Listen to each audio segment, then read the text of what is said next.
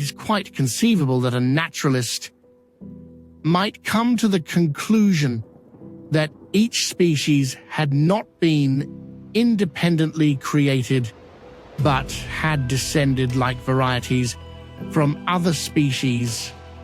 No one definition has satisfied all naturalists, yet every naturalist knows vaguely what he means when he speaks of a species.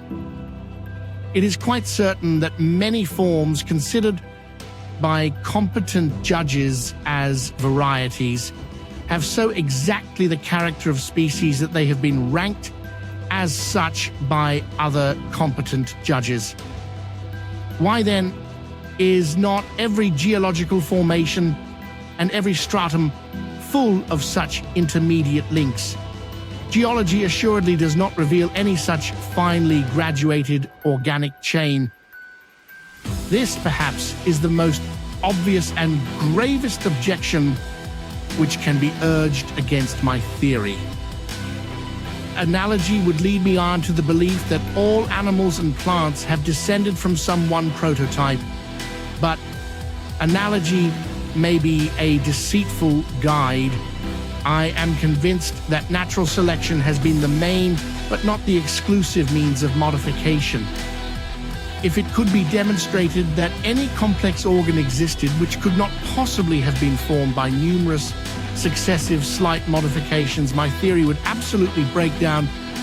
We developed punctuated equilibrium because there was a paradox, a dilemma that young paleontologists who wanted to study evolution face, as Niles and I were both graduate students at Columbia. When we started talking about it, we both had spent a lot of time learning statistical methods, fancy statistical methods to study evolutionary sequences, and that's what we wanted to do. But the traditional wisdom of paleontology proclaimed that those sequences were rare to non-existent, that you would go out and what you would find are species being quite stable for a long time, and then they'd very rapidly, in a geological sense, change to something else. And that was said to be due to the imperfections of the fossil record, that evolution really was slow and gradual. The only reason it appeared that way is that 99% of all the strata are missing, and so you don't see the truly gradual transitions that actually exist. But think of the dilemma for people who want to study evolution. That argument will preserve gradualism, but it also tells you there's really nothing to study. You want to study evolution. Evolution means gradual sequences. Gradual sequences don't exist because the fossil record is so imperfect, so what do?